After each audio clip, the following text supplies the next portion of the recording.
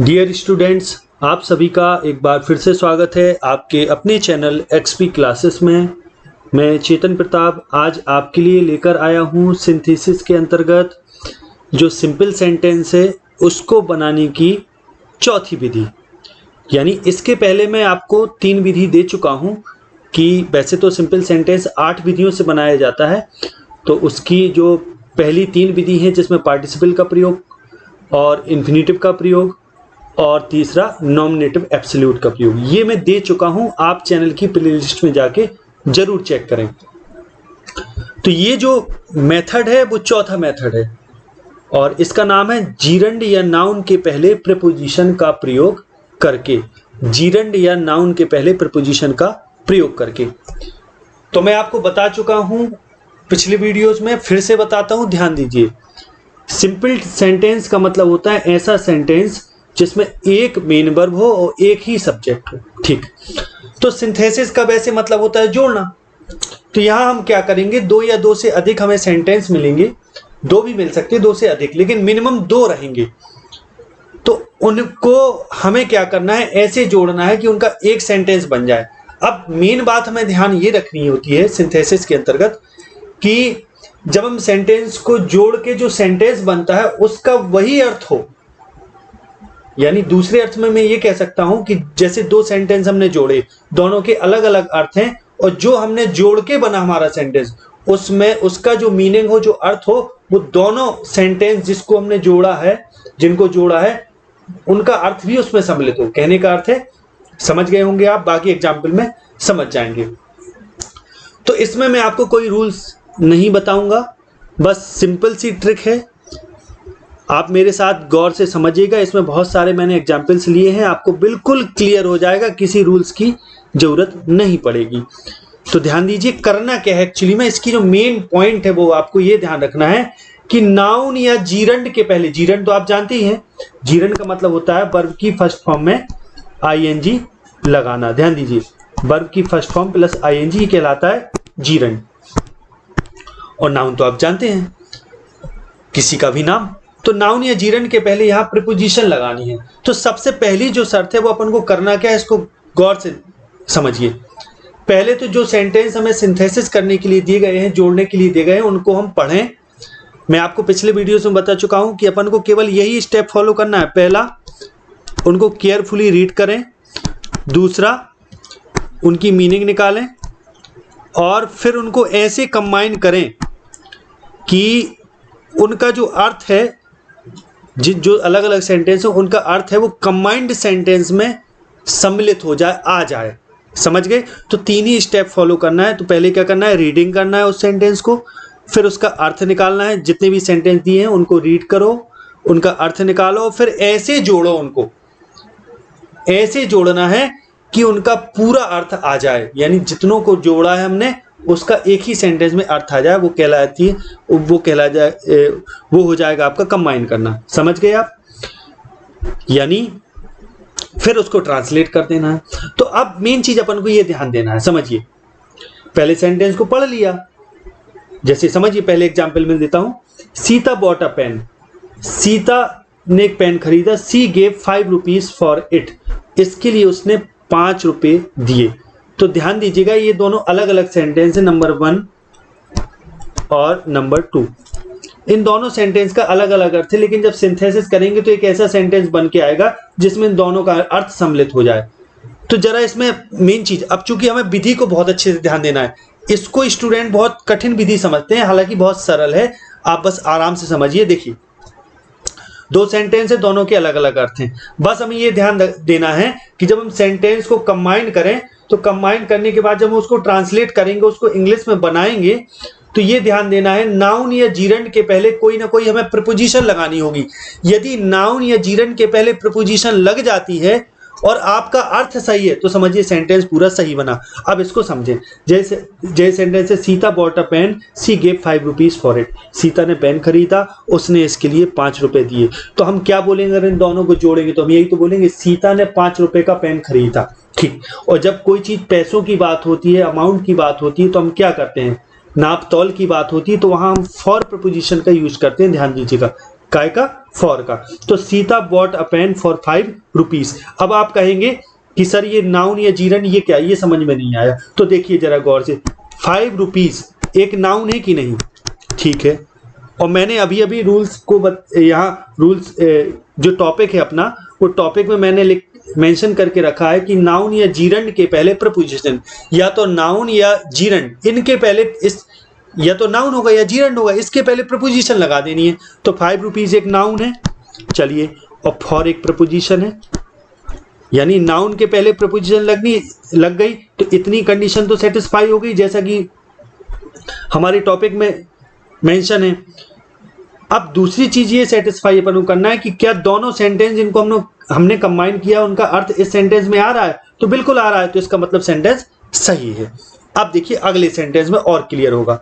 He gave me advice, उसने मुझको सलाह दी, पहला अर्थ। चलिए पहले को हमने पढ़ा, अर्थ निकाल लिया। दूसरा, ही ऑल्सो हेल्प मी, उसने मेरी मदद भी की। तो अगर इन दोनों हम सेंटेंस को जोड़ेंगे तो हम क्या कहेंगे, उसने सलाह देने के अलावा मेरी मदद भी की, यही बोलेंगे ना, उसने सलाह देने के अलावा मेरी मदद की।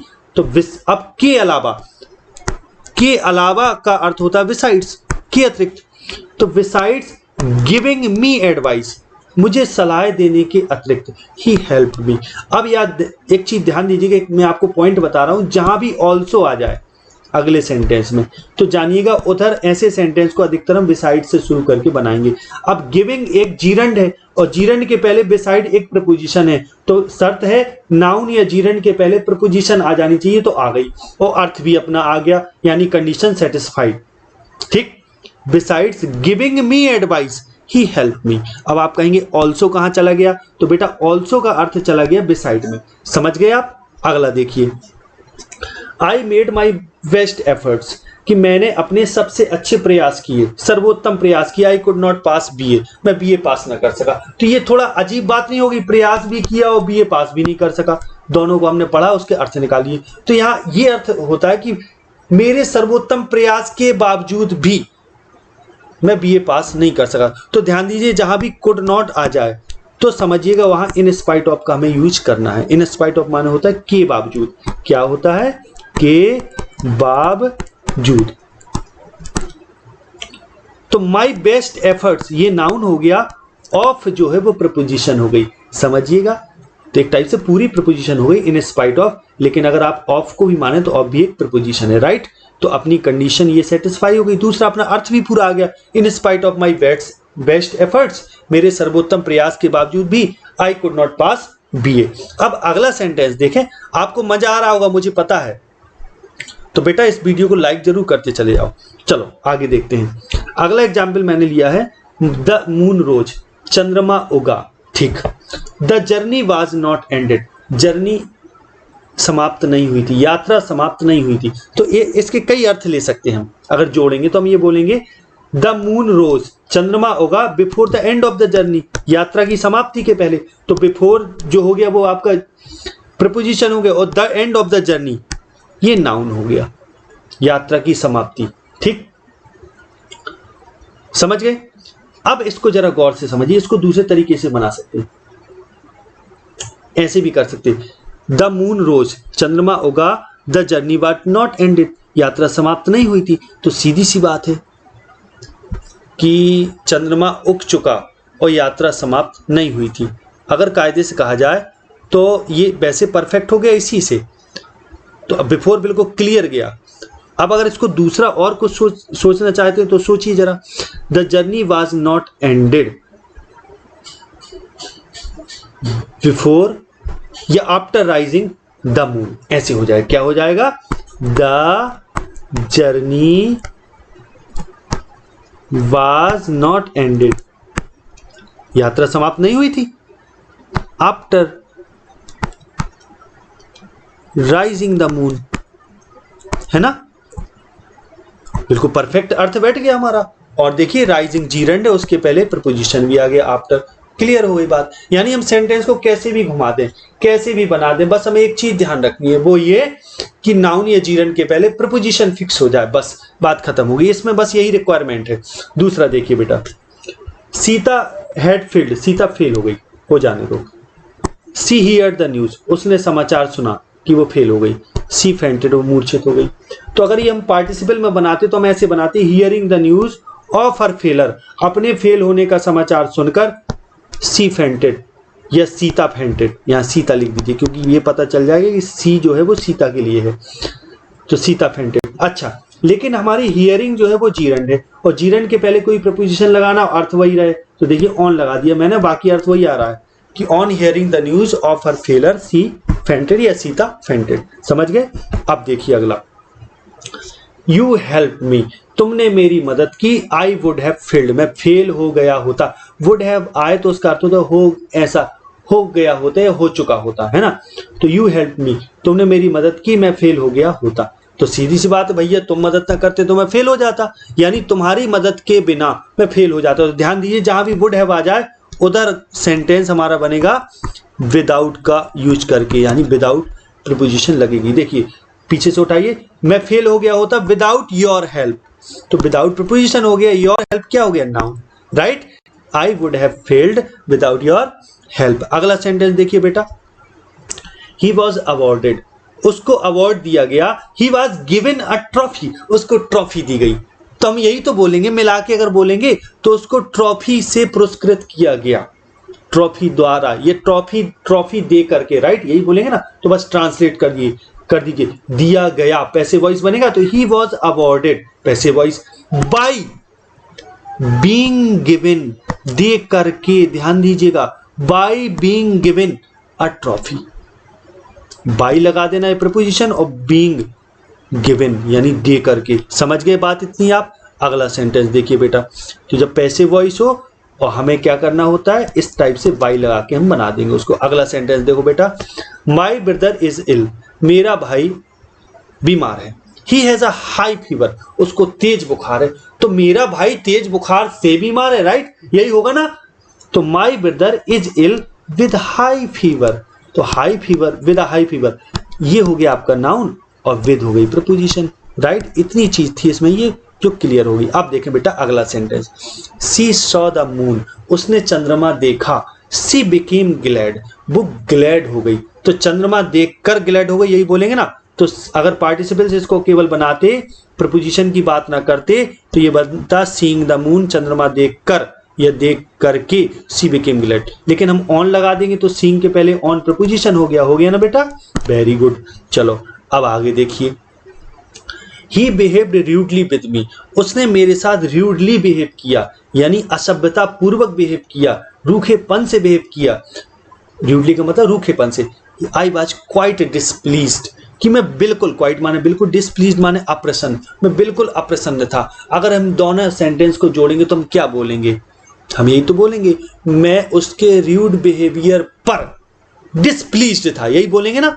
तो आई वाज क्वाइट डिसप्लीज्ड, बिल्कुल डिसप्लीज्ड था, एट माने होता पर, काहे पर, उसके र्यूड बिहेवियर पर। बेटा ये नाउन हो गया आपका, हो गया ना। और नाउन के पहले हमने प्रपोजिशन लगा दिया, नाउन या जीरंड के पहले प्रपोजिशन आ जाए, सेंटेंस सही है, और अर्थ मिल जाए अपना दोनों सेंटेंस का जिनको जोड़ा गया, बस बात खत्म होगी। अगला आ जाइए, he has failed many times, वो कई बार फेल हो गया, he still hopes to succeed, उसको अभी भी आशा है सफलता की। अब समझना गौर से बेटा, कुछ नहीं होना, कुछ मत करो आप, इसमें कुछ रूल्स नहीं है, कुछ नहीं है, आप तो सेंटेंस को पढ़िए, मिलाइए, कंबाइन कीजिए और ट्रांसलेट मार दीजिए, हो गई बात खत्म। तो सी है, he has failed many times, वो कई बार फेल हो गया, he still hopes to succeed, वो अभी भी सफलता की आशा रखता है। यही तो बोलेंगे, बड़ा बेशरम है, फेल होने के बावजूद भी आशा रखता है। तो इसका अर्थ क्या हुआ कि फेल होने के बावजूद भी, तो इन स्पाइट ऑफ, फिर आ गई वही बात, being failed many times, in spite of being failed many times, कि कई बार फेल होने के बावजूद भी या फेल होकर भी, यही अर्थ हुआ। ऑफ प्रपोजिशन हो गया, बीइंग जीरंड हो गई, बस लगा दीजिए, खोमा लगाइए, अगला सेंटेंस जो कथा लिखती है, in spites of being failed many time, कई बार फेल होने के बावजूद he still hopes to succeed. अच्छा अब अगला सेंटेंस देखिए बेटा, he was a poor man, वो गरीब व्यक्ति है, he was of an independent spirit, spirit माने भाव, वो एक स्वतंत्र भाव वाला व्यक्ति है, वो गरीब व्यक्ति था, सॉरी था, वाज लगा, ही वाज अ पुअर मैन, वो गरीब व्यक्ति था। He was of an independent spirit, वो स्वतंत्र व्यक्तित्व वाला व्यक्ति था, स्वतंत्र भाव वाला व्यक्ति था। सीधी बात है, वो स्वतंत्र भाव वाला गरीब व्यक्ति था, यही बोलेंगे ना मिला के। तो he was a poor man of independent spirit. कुछ नहीं कर रहा, ये चीज हटा दीजिए, सॉरी इतना हटा दीजिए और बाकी सेंटेंस में जोड़ दीजिए, खत्म बात हो गई, बन गया आपका। अगला देखिए बेटा, आई रीच द स्टेशन, मैं स्टेशन पहुंचा। आई बॉट टिकट, मैंने टिकट खरीदे, मैंने टिकट खरीदा। तो मैंने स्टेशन पहुंचकर, प्रेजेंट पार्टिसिपल लगेगा ना, पहुंचकर मैंने टिकट खरीदा, जैसे पार्टिसिपल में बनाते। तो reaching home, sorry reaching the station, पहुंचकर, स्टेशन पहुंचकर आई बॉट टिकट। लेकिन ऑन लगा देंगे तो ये वाला मेथड हो जाएगा अपना, और ऑन नहीं लगाएंगे तो ये प्रेजेंट पार्टिसिपल का प्रयोग करके बन जाएगा ना। अच्छा, जिसने पार्टिसिपल नहीं देखा वो सिंथेसिस का पहला पार्ट जरूर देखे, चैनल की प्लेलिस्ट में आप जरूर देखिए। अच्छा, अगला देखिए बेटा, ही कुड नॉट कम, वो नहीं आ सका। ही वाज इल, बीमार था, तो बीमारी के कारण नहीं आ सका। He could not come due to illness, या ड्यू टू हिज इलनेस, या आप हिज हटा भी दें तो कोई दिक्कत नहीं।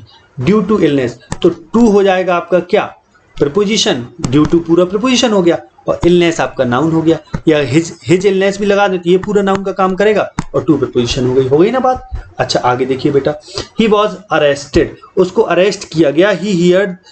ही वॉज अरेस्टेड, उसको अरेस्ट किया गया। आई हियर्ड द न्यूज, मैंने न्यूज सुनी। I went to the police station, मैं पुलिस स्टेशन गया। तो सीधी सी बात है, उसके अरेस्ट होने की न्यूज सुनकर मैं पुलिस स्टेशन गया। तो ऑन हियरिंग, सुनकर। अच्छा, ऑन क्यों लगाया, वैसे तो हियरिंग भर से बन सकता है, लेकिन अगर ऑन नहीं लगाएंगे तो ये प्रेजेंट पार्टिसिपल का यूज करके बन जाएगा, लेकिन ऑन लगा देंगे तो ये वाली कंडीशन, नाउन या जीरंड के पहले प्रपोजिशन वाले मेथड से बन जाएगा। On hearing the news, on hearing, सुनकर, क्या सुनकर, द न्यूज, समाचार, ऑफ हिज अरेस्टिंग। अब आप कहेंगे सर ये अरेस्टेड था, इसमें अरेस्टिंग आ गया, ये क्या लोचा है? तो बेटा लोचा कुछ नहीं है, जरा सी बात है। चूंकि आप सिंथेसिस सीख रहे हैं तो आप इंटर लेवल की स्टूडेंट है, तो स्टूडेंट से ये तो आशा की ही जाती है कि उसको अर्थ तो निकालना आता ही होगा, और नहीं आता होगा तो कोशिश करें। बेटा एक ही चीज पर नहीं पड़े रहना है, या आप लेवल जो है वो अपना उठाएं, मेहनत करें उस पर। चलिए देखिए आगे। तो on hearing the news of his failure, sorry of his arresting, उसके अरेस्ट होने का न्यूज सुनकर, I went to the police station, comma लगा दीजिए, I went to the police station. तो हियरिंग हो गया जीरंड, और उसके पहले नाउन लग गया। अगला देखिए बेटा, ही रिटर्न सेफली, वो सेफली लौट आया, सुरक्षित लौट आया। ऑल वर ग्लैड, सब खुश थे। तो सब उसके सुरक्षित लौटने पर खुश थे, यही बोलेंगे ना। अच्छा तो देखो बेटा, ऑल वर ग्लैड, सब खुश थे। एट, काय पर, हिज सेफ रिटर्न, उसकी सेफ रिटर्न पर, सुरक्षित लौटने पर। तो हिज सेफ रिटर्न ये नाउन हो गया, एट हो गई प्रपोजिशन, बात खत्म। अगला सेंटेंस आइए बेटा, ही रोट अ बुक, उसने बुक लिखी। The book was on translation, जो बुक थी वो ट्रांसलेशन पर थी, सीधी बात है, उसने ट्रांसलेशन पर बुक लिखी। ही रोट, उसने लिखी, अ बुक ऑन ट्रांसलेशन। तो ऑन हो गया प्रपोजिशन, ट्रांसलेशन हो गया नाउन, बात खत्म। चलिए अगला देखिए, he met an old man, वो एक ओल्ड मैन से मिला। इन द स्ट्रीट, गली में। He had a book in his hand, वो अपने हाथ में बुक लिए था। ठीक है, इन दोनों को जोड़ना है। वो बूढ़े आदमी से मिला सड़क पे, वो बुक लिए था, तो सीधी सी बात है, आप वो अपने हाथ में बुक लिए था, तो इसको आप मिला के बनाइए। तो एक ही मेट, वो मिला, एन ओल्ड मैन, एक बूढ़े आदमी से, with a book in his hand, यानी जिसके पास हाथ में बुक थी। इन द स्ट्रीट, सड़क में मिला। या इसको अपन ऐसे भी कर सकते हैं, ये जो इन द स्ट्रीट है ना, इसको शुरुआत में ले लीजिए, in the street, in the street, comma लगा दीजिए। ठीक, he met an old man with a book in his hand, इस टाइप से। अगला सेंटेंस है, the state of Andhra is divided into several district. जो स्टेट ऑफ आंध्र, जो आंध्र प्रदेश है, स्टेट ऑफ आंध्र का मतलब आंध्र प्रदेश, इज डिवाइडेड, बटा है, इनटू सेवरल डिस्ट्रिक्ट्स, कई जिलों में बटा है। Each district has its own, on माने होता है खुद का, निजी, हेडक्वार्टर्स माने मुख्यालय, कि हर एक डिस्ट्रिक्ट का अपना खुद का मुख्यालय है। तो बेटा इसको जोड़ना है, तो क्या दिक्कत है? The state of Andhra is divided into several district with, यानी ये काय में डिवाइडेड है, सब डिवाइडेड है। पहले तो state, Andhra Pradesh state district में डिवाइडेड थे, और डिस्ट्रिक्ट अपने हेडक्वार्टर में डिवाइडेड थे। तो हम यहाँ विद लगा दें, यानी डिस्ट्रिक्ट अपने हेडक्वार्टर के साथ डिवाइडेड, ये अर्थ हो जाएगा। तो the state of Andhra is divided into several districts with its own headquarters. तो आई थिंक आपको इतना समझ में आ गया होगा। आशा है ये वीडियो आपको बहुत ही अच्छा लगा है, और यदि आपको ये बहुत पसंद आया है, वीडियो कॉन्सेप्ट क्लियर हुआ है, तो आप इस वीडियो को लाइक जरूर कीजिए। यदि किसी स्टूडेंट को ये क्लियर नहीं भी हो पाया तो मैं मानता हूं ये थोड़ा कॉन्सेप्ट टफ टाइप का है, कुछ स्टूडेंट्स को प्रॉब्लम हो सकती है, लेकिन मैं चाहता हूं यदि आपको प्रॉब्लम हो रही है तो इस वीडियो को दोबारा देखिए, एक बार नहीं, दो बार नहीं, 3 बार देखिए, आपको क्लियर हो जाएगा। तो चलिए, यदि आपको अच्छा लग रहा है वीडियो तो लाइक कर दीजिए वीडियो को, और इसको शेयर कर दीजिए, ठोक के शेयर कीजिए जितना कर सके। अच्छा, आगे हम अगली वीडियो मिलेंगे, तब तक के लिए नमस्कार, जय हिंद, जय भारत, वंदे मातरम।